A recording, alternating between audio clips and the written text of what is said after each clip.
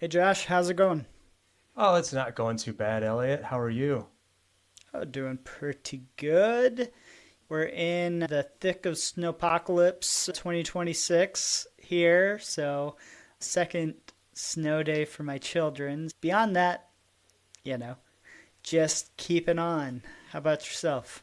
Well, not dealing with the little kids at home, but it is throwing a wrench into things. I think seems like most of the country, east of the Rockies, dealt with this storm in one way or another, and this is probably the biggest snowfall that I think we've had in our area in many years. I think we got about 9 inches or so, and Yeah, it was impressive. yeah, significant for sure. Hmm. Well, I know the topic that we wanted to talk about today is a reverse obituary. I know that we spoke about this concept a little bit when I was talking about the book that I was reading, Morgan Housel's The Art of Spending Money. But as I kind of prepared for this episode, really found that it was more founded in a idea that Warren Buffett actually came up with. Really, the concept is trying to start with the end in mind and think about what do you want your obituary to read when that fateful day comes, and then try and reverse engineer what actions and steps you need to take in your life to make it so. So, with that in mind, I'm going to turn it over to you first. Yeah, I was kind of inspired to have this conversation and head in that direction with it because over the last week or so, we lost one of my close friends. His father passed away. He lived a long life. He was in his 80s and lived a long, happy, healthy life. But as his health had started to decline, to kind of tie it into personal finance a little bit, it was becoming apparent to my friend and his brother that dad handled all the finances. Mom wasn't too involved, and I don't know all the details, but know that my friend and his brother had to have a meeting with dad and try to get as much information from him as they could, as time was not necessarily on his side. Luckily, he had the mental wherewithal to be able to help them navigate through here's where all this information is. And I just thought that it was a good reminder to all of us to, I guess, two things. One, we want to make sure that we are preparing for the inevitable at all times. I mean, it can be as young as really, I feel like you can get, as long as you have assets of some sort, you should be preparing for what the future might look like for those assets upon your passing. And then two, it's a good reminder to have those conversations with your aging relatives, parents, whatever, and just try to make sure that they are also preparing in some way. Because in this situation, had my friend not reached out to his dad, there would have been a lot of loose ends to try to unravel after the fact and trying to like not only dealing with the grieving but then trying to figure out like what was dad's process, what was, where's the passwords, what's the accounts, like just all the day-to-day stuff that we all take for granted. I mean, like I said, luckily they were able to get to that within a week or so of his passing, but it for me it just kind of instills that Lori and I, we set up a trust for ourselves. Whenever we started accumulating assets, when we were on the financial independence path, we were actually thought that maybe we weren't even far enough along that we should worry about it. But we had a couple rental properties, we had our own home, we had some other things that we wanted to make sure that if something happened to both of us at the same time, we had a plan in place that it could make sure that those assets are distributed to our children. And so, not that everybody needs to have a trust in place, but that's something that we have to make sure that we maintain on a somewhat regular basis. So probably every couple of years we need to be looking at it, making sure that it's up to date, making sure that there hasn't been any significant changes, and then working with our attorney to make those adjustments. So in the case of like real estate, for example, we got to make sure we're buying our properties in the trust and that everything is aligned properly. But it's just a good reminder. I mean, if there's one, I guess, positive takeaway from going through this process, death and funeral and all that, it's just a reminder that for all of us, we need to make sure that we are constantly planning and preparing and making sure that we don't leave our children or our heirs in a more difficult situation than it has to be. Yeah, absolutely. What I think is probably most important as that takeaway is, yeah, just ultimately being prepared and making decisions to live kind of here in the here and now too, right? Is something that is so core to the fire community is that we're planning for that future date. We're big savers, right? But I think what's important is to not just always be thinking of, well, I'll be happy when, when I retire, when I hit that fine number, when I do this, when I do that, that I think it is important to have that semblance of balance. And I think, like we've spoken about in previous episodes, is kind of the evolution of the fire community and how it has changed from kind of the OG fi that I think you and I kind of fall into, as opposed to the more modern kind of coast fi, more balanced approach. But I remember, it reminds me of a conversation that I had with Mindy Jensen when she was in town. Her and Carl were in town. We went to a Cardinals game with our local fi group, and I don't remember exactly how we got on the topic, but as anybody that knows me well will say, I certainly like to talk about major things and decision points in my life. And so we were on the topic of a job for some reason, and she asked me, well, do you like your job? I said, no, not really. Does it light me up?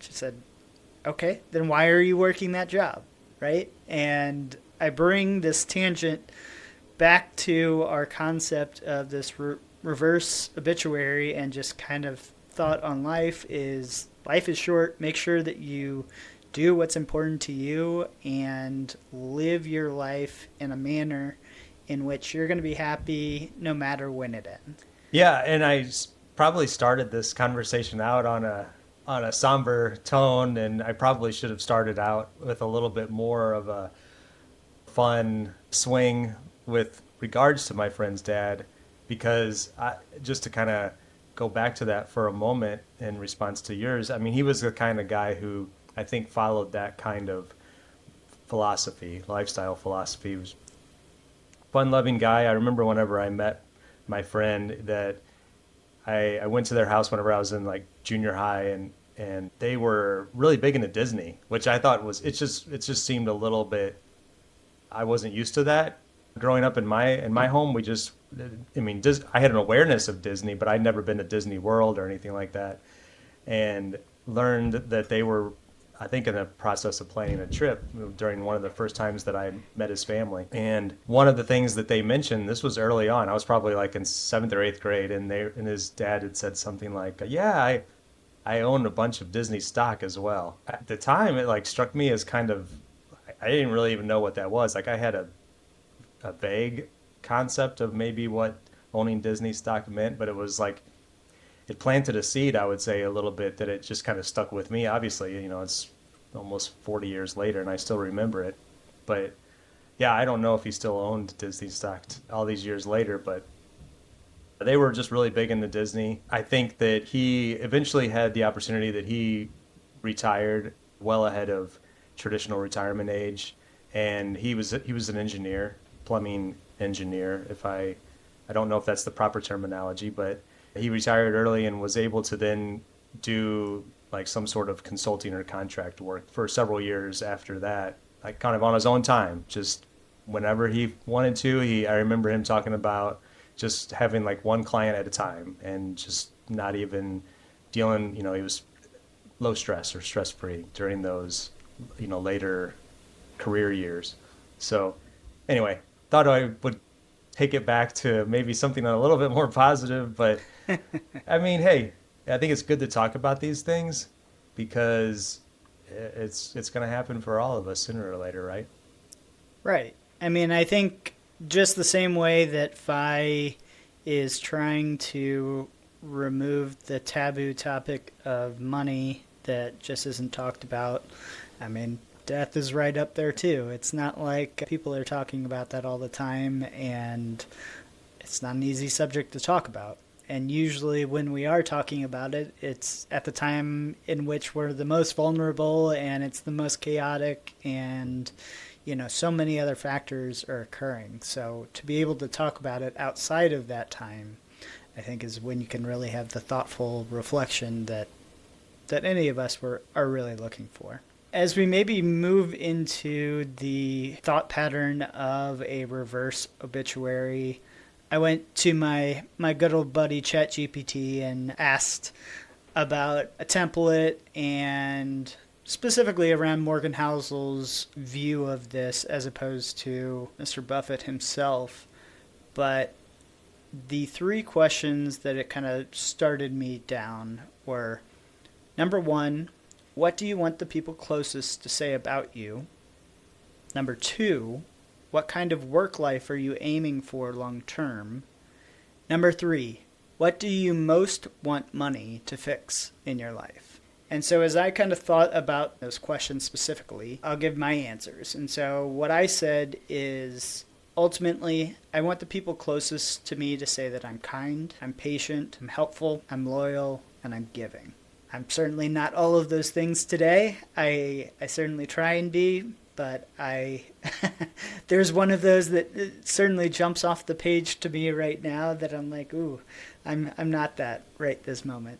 You had a really great answer for that. It would be hard for me to top that.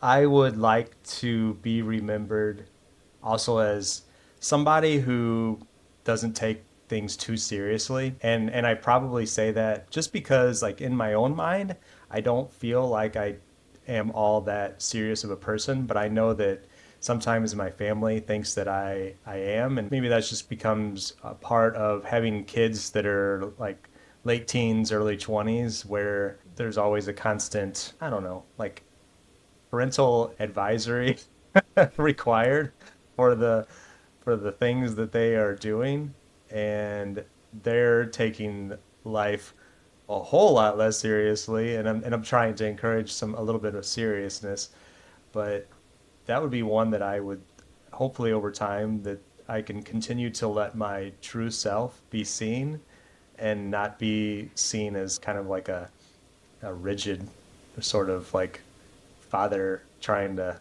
make sure that we're doing everything right. Yeah.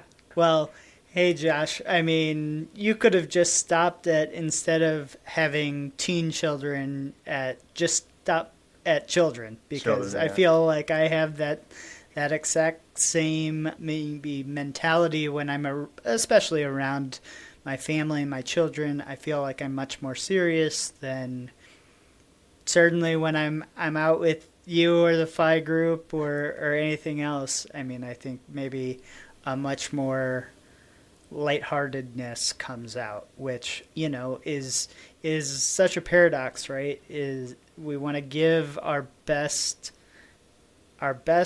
view. I mean, personally, I want to give the best of myself to my family, yet I think in a lot of ways, in some ways, they get the worst of me. Yeah. I would also add that yeah, I think you mentioned loyal. I would also add to that helpful and available. It still kills me, Elliot, that I had to say no to helping you with your brakes recently. I don't want to be that guy that says no to my friends when I have the ability or experience to be able to help them with something. But I know I can't be everywhere all the time. But still, hopefully, when many, many, many years from now, you won't remember that I didn't help you with the brakes, but I did help you with all these other things. I'll be able to lord it over you for decades to come, right? Is you remember that one time? Yes. Yeah, No, I'm very proud that you were able to set your boundaries and break the people pleasing tendencies. So it's hard. kudos to you. It, Yeah. it is hard. So number two was what kind of work life are you aiming for long term? This obviously is a funny question to some extent, I think, in the fire community, but the way that I answered it was that I'm aiming for long term work that is not focused upon material success, but instead on time freedom and assisting people live a better life. So, whether that is myself, my family, just others in general, I mean, that's part of the beauty of FI is we can choose how we want to spend our time and not be motivated by the thing that motivates so many people in this world is money. And to your own point, right, is you can't do everything, so you have to choose what things are priorities in life or be able to push back and say, "Hey, I would love to help you with that thing and I'm willing to do that, but I got to do it behind these three other things that come up." How about you? How would you answer that question? I think it depends on how you classify or categorize work.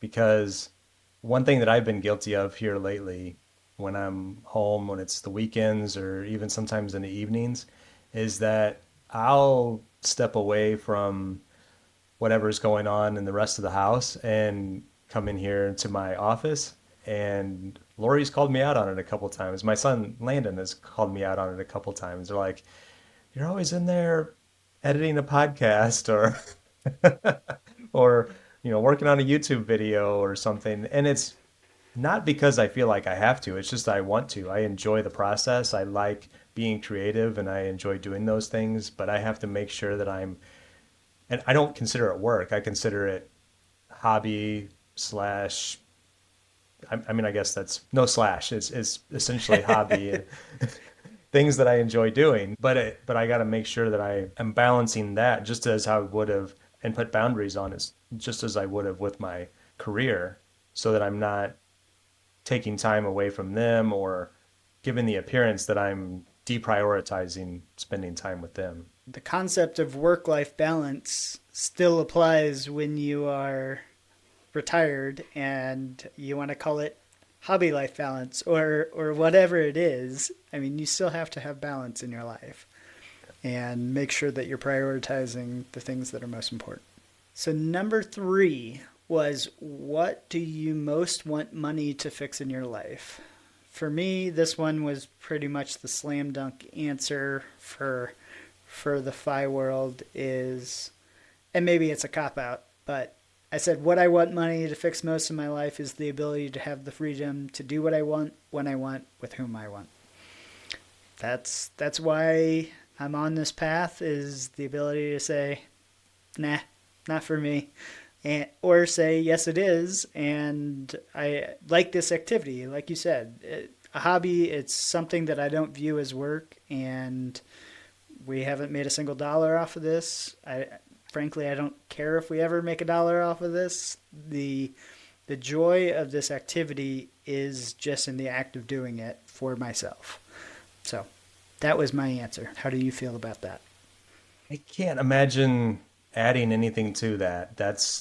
Yeah, you summed it up. I was just, before we were recording today, I was actually just lounging around. I had the funeral earlier today, and I was like, you know what? I'm just not gonna do anything the rest of the day, and I was okay with that. And I love having that freedom to do what I want when I want, and not have the pressure of, oh, am I missing something at work? Do I need to hop on and check my emails when I get back? Do I need to make sure that there's no fires that I need to put out, and all that kind of stuff, and just not having those deadlines.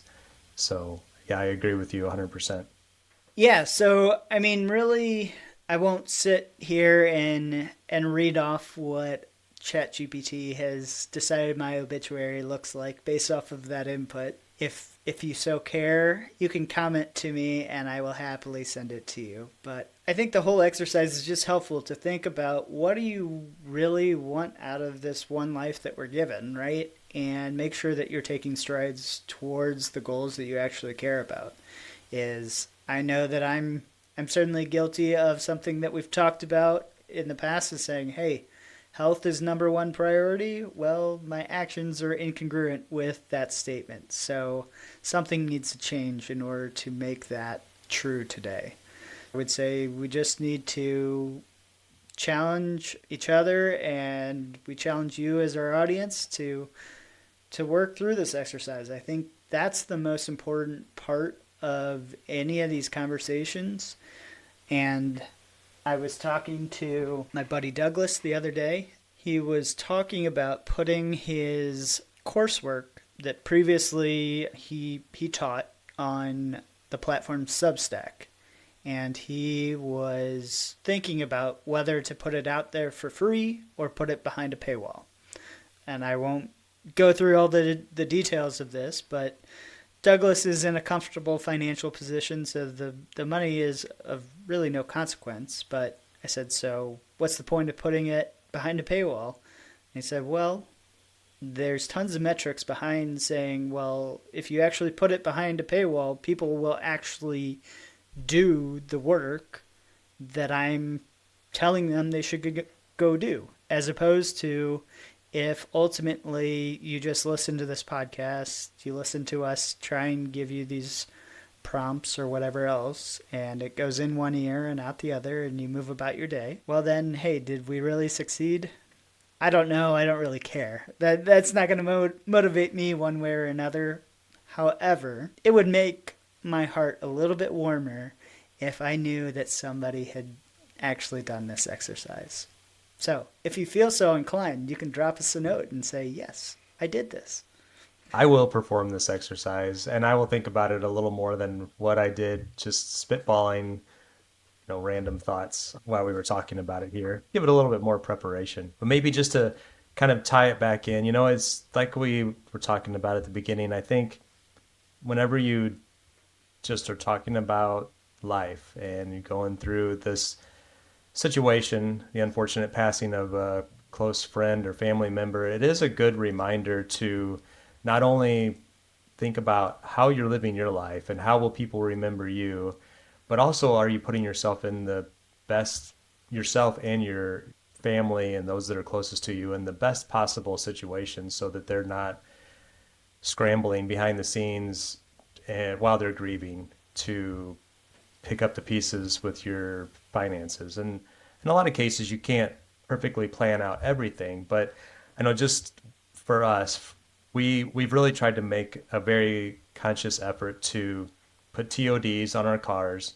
We've tried to make sure that we have, this is an easy one that everybody should have already taken and put in place, is putting beneficiaries and having those listed in your retirement accounts or your brokerage accounts. For real estate, you can do a TOD deed to make sure that that title can transfer. So the point of all of that stuff is just to avoid probate. You don't want all of your assets being tied up in a court system or going through probate and potentially losing a significant portion of them through the court system, or for them to go in the direction that you wouldn't have wished for them to go into.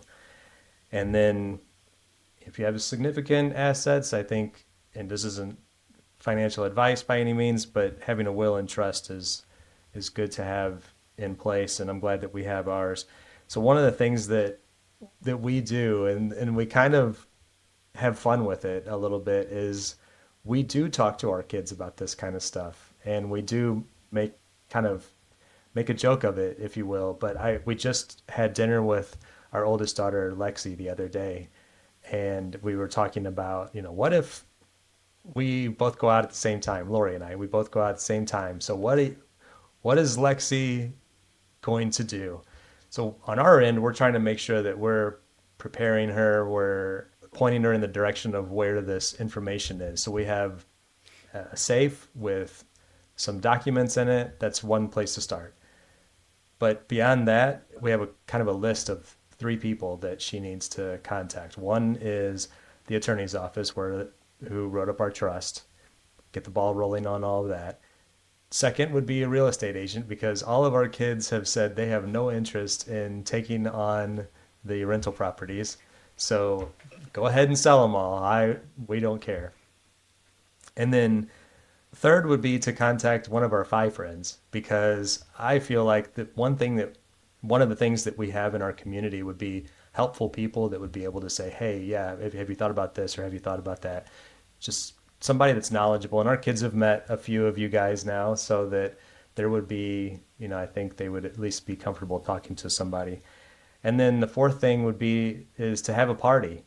We are not religious people. We do not have any interest in the ceremonial type things.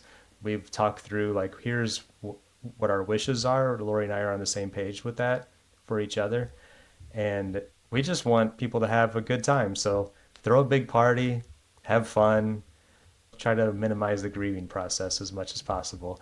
And, we've been having those kind of conversations with our kids for several years now, to the point that I think it's at least somewhat, they're kind of used to it. Hopefully it would soften the blow a little bit, make things a little bit easier for them.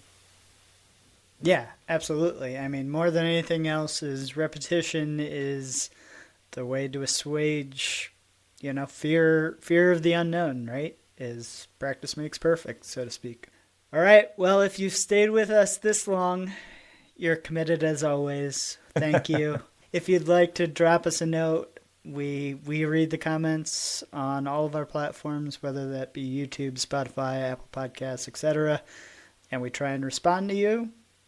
But otherwise, thanks so much, and we'll catch you on the next one. Thanks, Josh. Thanks, Elliot.